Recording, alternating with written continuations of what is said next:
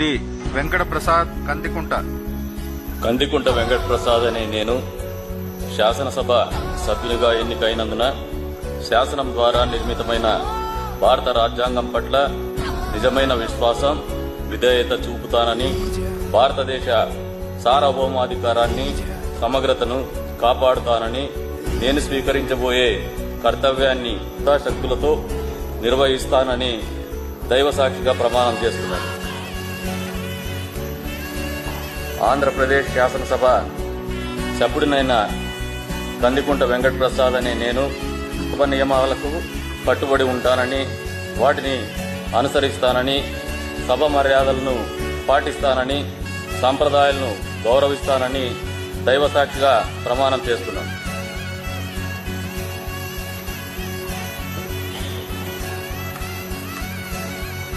Shri Venkatrao Yarlagadda.